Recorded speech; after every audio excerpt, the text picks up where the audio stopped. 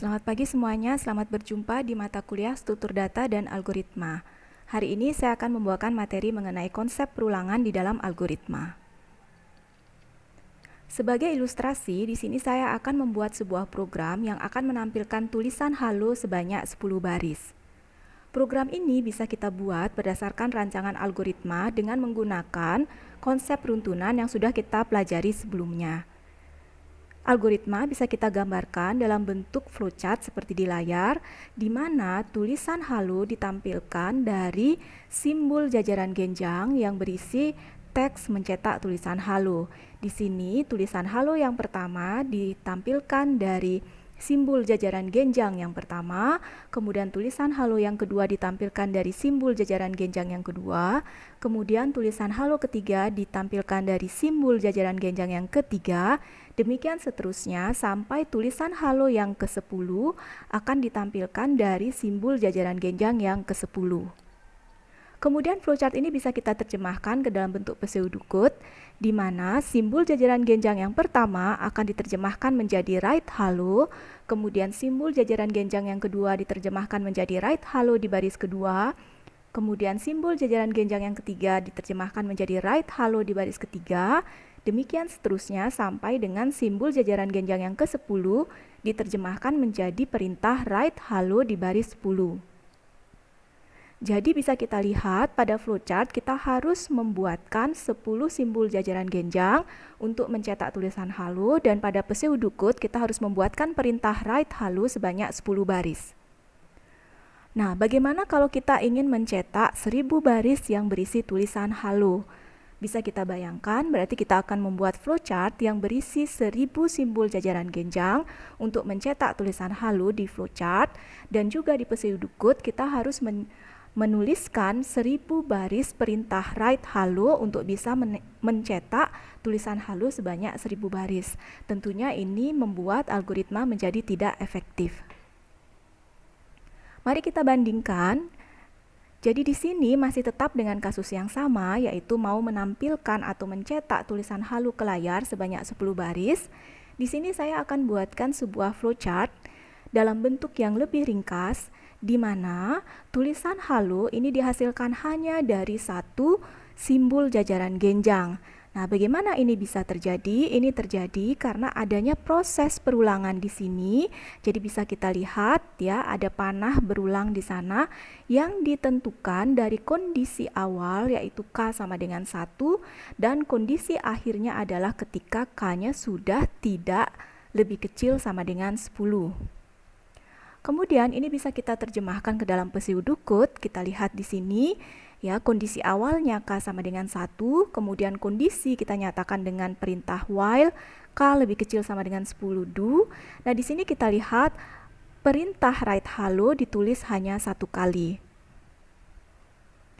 Jadi bisa kita simpulkan di flowchart ini dan di pseudocode ini, proses mencetak hanya dilakukan satu kali, tetapi bisa menampilkan 10 baris tulisan halo. Nah, bagaimana ini bisa terjadi? Mari kita lihat dulu flowchart kita yang pertama dengan konsep runtunan. Kalau kita lihat flowchart kita ini, kita bisa lihat bahwa simbol jajaran genjang yang pertama itu akan mencetak tulisan halo yang pertama.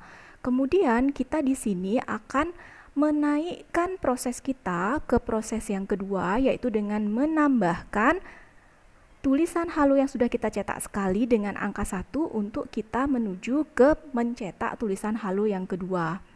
Kemudian kita akan menaikkan lagi ya jumlah tulisan kita dengan 1 ya, sehingga menjadi 3 untuk mencetak tulisan halo yang ketiga. Kita naikkan lagi ya dengan 1 menjadi 4 untuk mencetak tulisan halo keempat. Kita naikkan lagi menjadi 5 untuk mencetak tulisan halo yang kelima. Kita naikkan lagi menjadi 6 untuk mencetak tulisan halo yang keenam. Kita naikkan lagi menjadi 7 untuk mencetak tulisan halo yang ketujuh. Kemudian kita naikkan lagi menjadi 8 untuk mencetak tulisan halo yang ke-8. Kita naikkan lagi untuk mencetak tulisan halo yang ke-9, dan kita naikkan lagi untuk mencetak tulisan halo yang ke-10. Nah, ketika tulisan halo sudah berjumlah 10, maka proses dihentikan. Di sini kita lihat bahwa ada proses yang berulang, yaitu proses mencetak tulisan halo, ya, dimulai dari 1 sampai dengan 10. Di sini proses mencetak dari 1 sampai 10 kita katakan kita menggunakan counter, yaitu counter 1, kemudian counter 1 akan naik menjadi counter 2, kemudian akan naik menjadi counter 3, akan menaik menjadi counter 4 sampai dengan counter 10. Nah, prosesnya di sini adalah counter ketika bernilai 1 itu di flowchart kita gambarkan sebagai K sama dengan 1. Jadi kita akan memulai untuk mencetak tulisan halo yang pertama. Kemudian proses untuk menaikkan counter ketika kita sudah mencetak tulisan halo yang pertama, kita nyatakan dengan K sama dengan K1. K plus 1 atau K sama dengan K ditambah 1. Jadi ketika kita mulai dari K-nya sama dengan 1, kemudian kita mencetak tulisan halo, nah langkah pada counter ini adalah menaikkan K-nya dengan 1, yaitu artinya 1 ditambah 1 sehingga K sekarang menjadi 2. Kemudian proses ini akan berulang, ya, menuju ke proses pengecekan kondisi, di mana K-nya dilakukan pengecekan apakah nilainya masih lebih kecil sama dengan 10. Ketika K-nya masih bernilai lebih kecil sama dengan 10, jadi tadi kita sudah lakukan perhitungan bahwa K-nya 2 ini masih lebih kecil sama dengan 10, maka proses ini akan masuk ke cabang IA untuk mencetak tulisan halo yang kedua. Kemudian dia akan menaikkan counter lagi di K sama dengan K plus 1, jadi 2 tambah 1 sama dengan 3, jadi sekarang K-nya adalah 3. Kemudian dicek lagi pada K lebih kecil sama dengan 10, demikian seterusnya sampai ketika tulisan halo yang tercetak 10 dan K-nya menjadi 11, maka kondisi K lebih kecil sama dengan 10 ini akan bernilai salah atau bernilai tidak, sehingga proses perulangan akan dihentikan.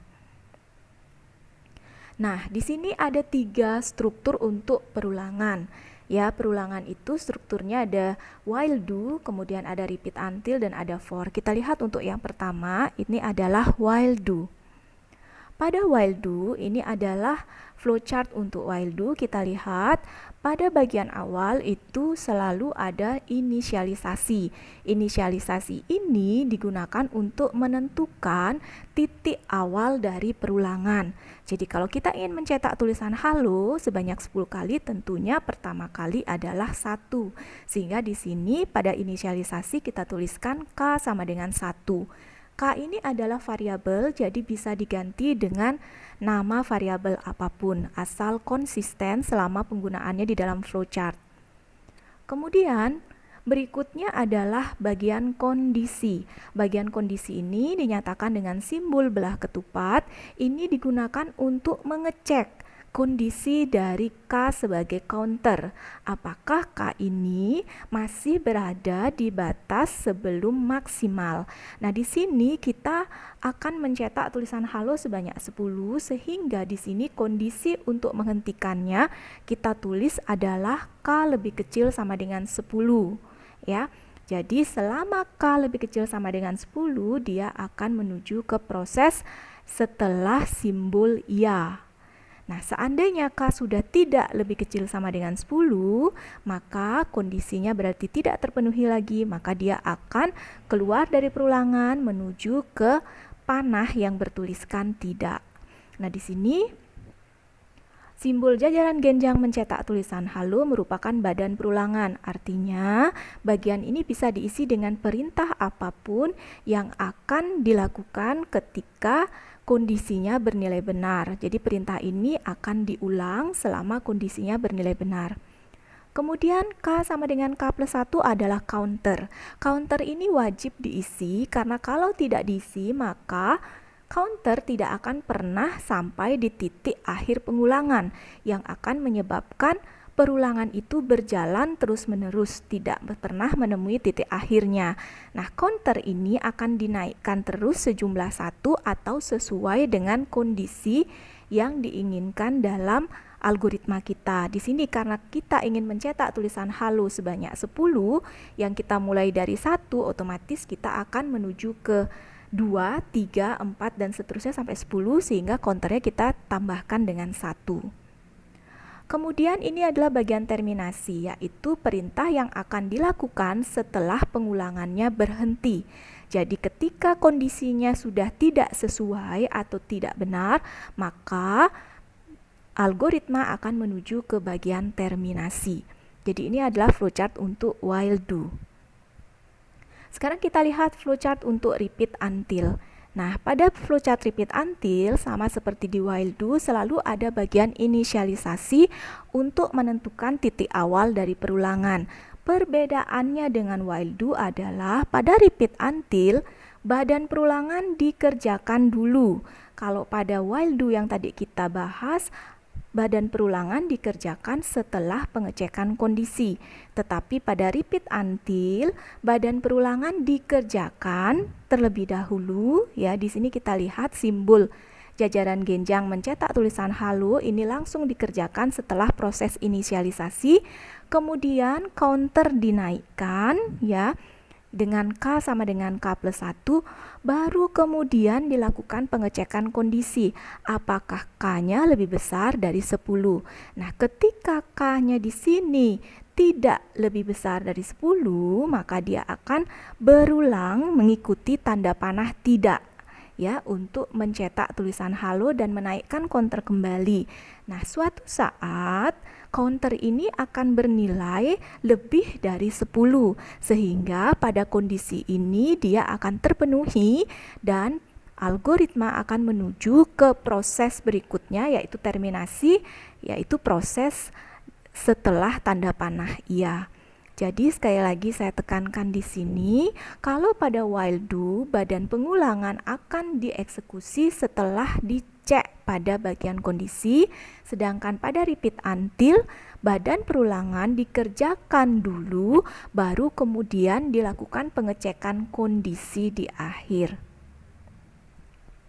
Yang ketiga adalah flowchart untuk for.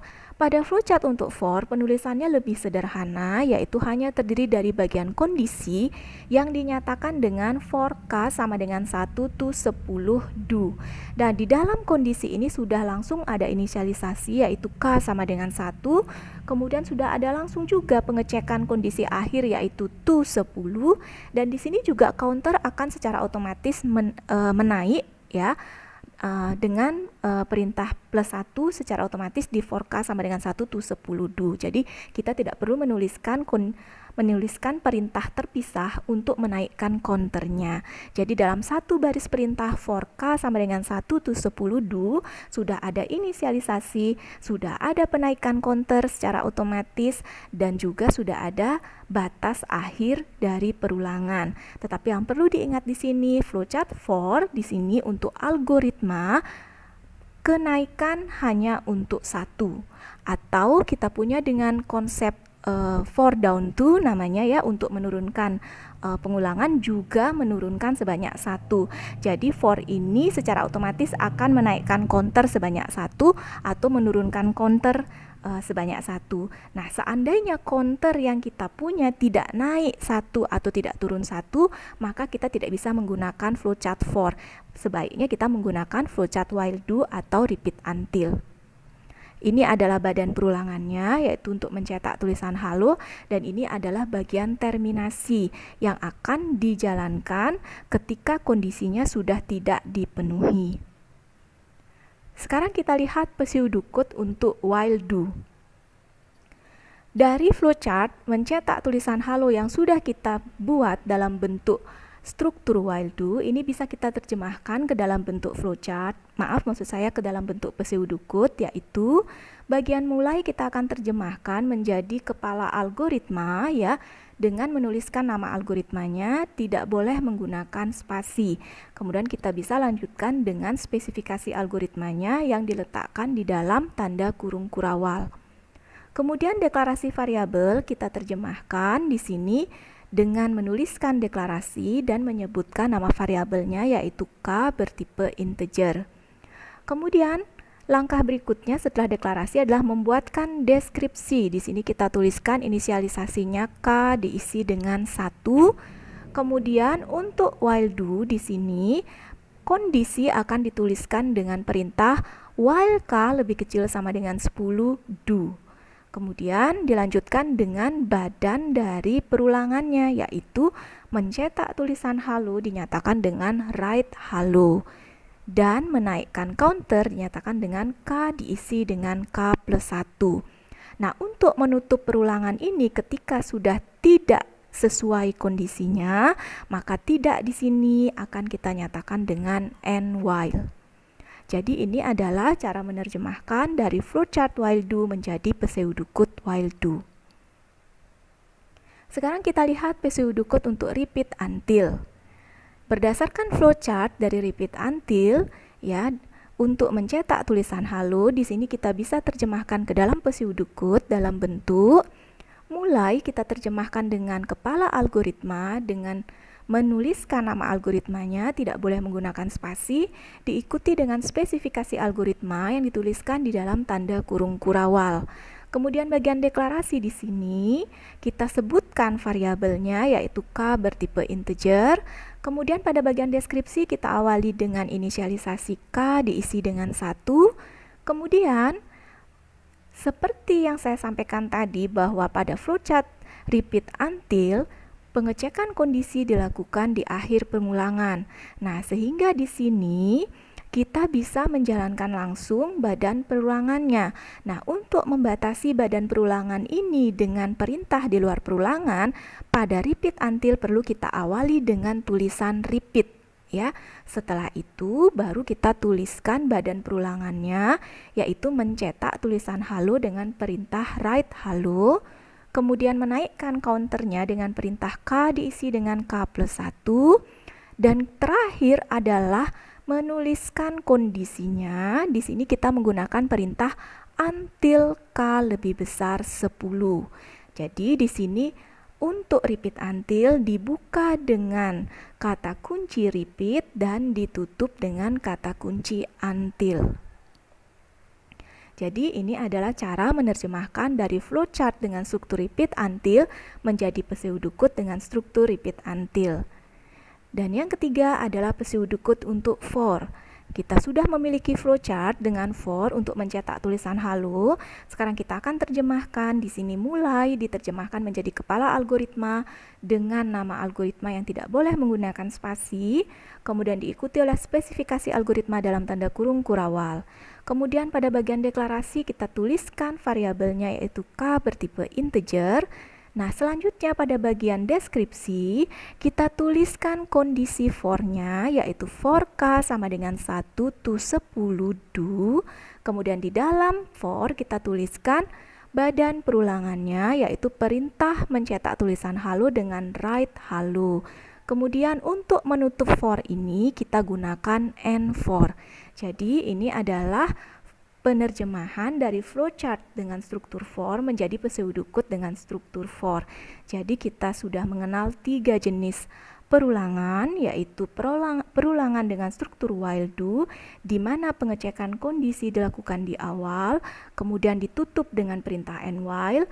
Kemudian yang kedua adalah perulangan dengan repeat until, di mana pengecekan kondisi dilakukan di akhir. Di sini diawali dengan repeat dan diakhiri dengan perintah until kondisinya. Dan yang terakhir adalah perulangan dengan for, ya, di mana pengecekan kondisi dilakukan dalam satu baris perintah dan for ini ditutup dengan end for. Jadi sekian materi yang saya sampaikan hari ini tentang perulangan. Semoga bisa memberikan gambaran konsep perulangan di dalam algoritma. Saya minta maaf jika banyak suara-suara di luar suara saya. Yang saya harapkan semoga tidak mengurangi kejelasan saya dalam menyampaikan materi di video ini. Sampai jumpa di video saya berikutnya dengan materi-materi yang lain. Selamat pagi, terima kasih.